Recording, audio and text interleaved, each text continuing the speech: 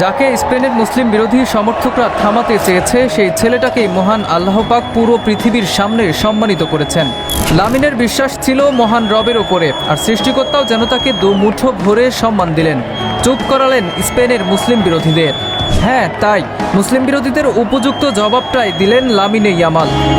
মুসলিম হবার জন্য কত কটু কথা শুনতে হয়েছে লামিনকে। একটা সময় তো বলেই ফেললেন প্রয়োজনে তিনি ফুটবল ছেড়ে দেবেন, তবুও তার ধর্মকে কটু কথা বললে ছাড় দেবেন না। লামিনকে ফুটবল ছাড়তে হয়নি, বরং সব অবজ্ঞার জবাব এক রাতে দিয়ে দিয়েছেন। লামিনের এই জয়টা কি পুরো মুসলিম বিশ্বেরই নয়?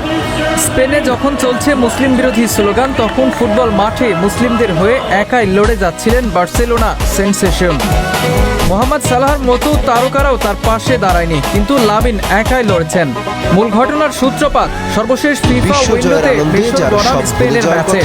মুসলিম ধর্মকে নিয়ে কটু কথা বলতে থাকেন একদল সমর্থক। যদিও তারা লামিনকে কিছু বলেনি, কারণ লামিন ইয়ামাল তাদের দেশেরই ফুটবলার। তবে নিজ ধর্মকে ছোট হতে দেখে চুপ থাকলেন না তিনি। নিজের ইনস্টাগ্রামে তীব্র নিন্দা জানান বার্সার বর্তমান নাম্বার 10।